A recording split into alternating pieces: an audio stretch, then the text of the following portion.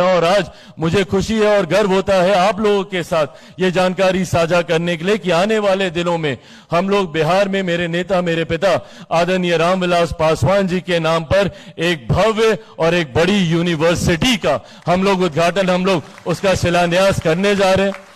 जिसके लिए भूमि लेने का कार्य उसका पूरा प्रोसेस पूरा हो चुका है। आने वाले दिनों में और हम लोग की सोच है और हम लोग की चाहत है कि 15 अगस्त से पहले हम लोग उसका भूमि पूजन हम लोग करें। हम लोग लछवाड़ में हम लोग इस यूनिवर्सिटी को हम लोग खोलने जा रहे हैं, जिसके बारे में अभी इस छोटे से वीडियो में आपको जानकारी दी गई।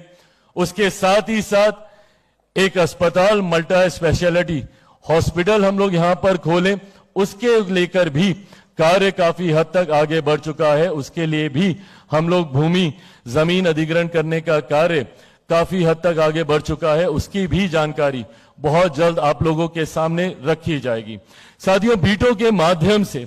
हर वो सोच जो संभवतः राजनीतिक दल होने के नाते उन दायरों में फंसती है, उन दायरों से बाहर निकलकर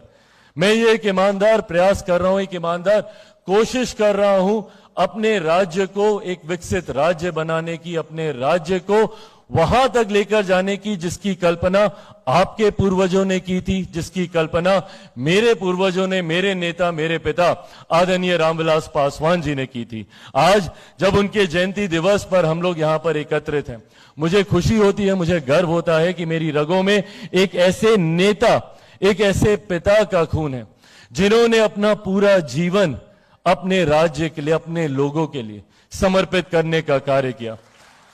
5 दशक से ज्यादा, लगभग 50 वर्ष से ज्यादा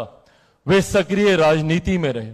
मुझे गर्व इस बात का होता है कि इन 5 दशकों में सक्रिय राजनीति में रहने के बावजूद आज जहां एक तरफ उनके कार्यों की चर्चा तो जरूर होती है, पर कई ऐसे और नेता हैं जिनके कार्यों के साथ साथ उनके ऊपर लगे भ्रष्टाचार की भी चर्चा होती है। वहीं मुझे गर्व इस बात का होता है कि मेरी रगों में एक ऐसे नेता का खून है जो 50 साल से ज्यादा सक्रिय राजनीति में रहे, पर उनके ऊपर कोई 1 रुपया तो क्या 1 पैसे तक का आरोप नहीं लगा सकता।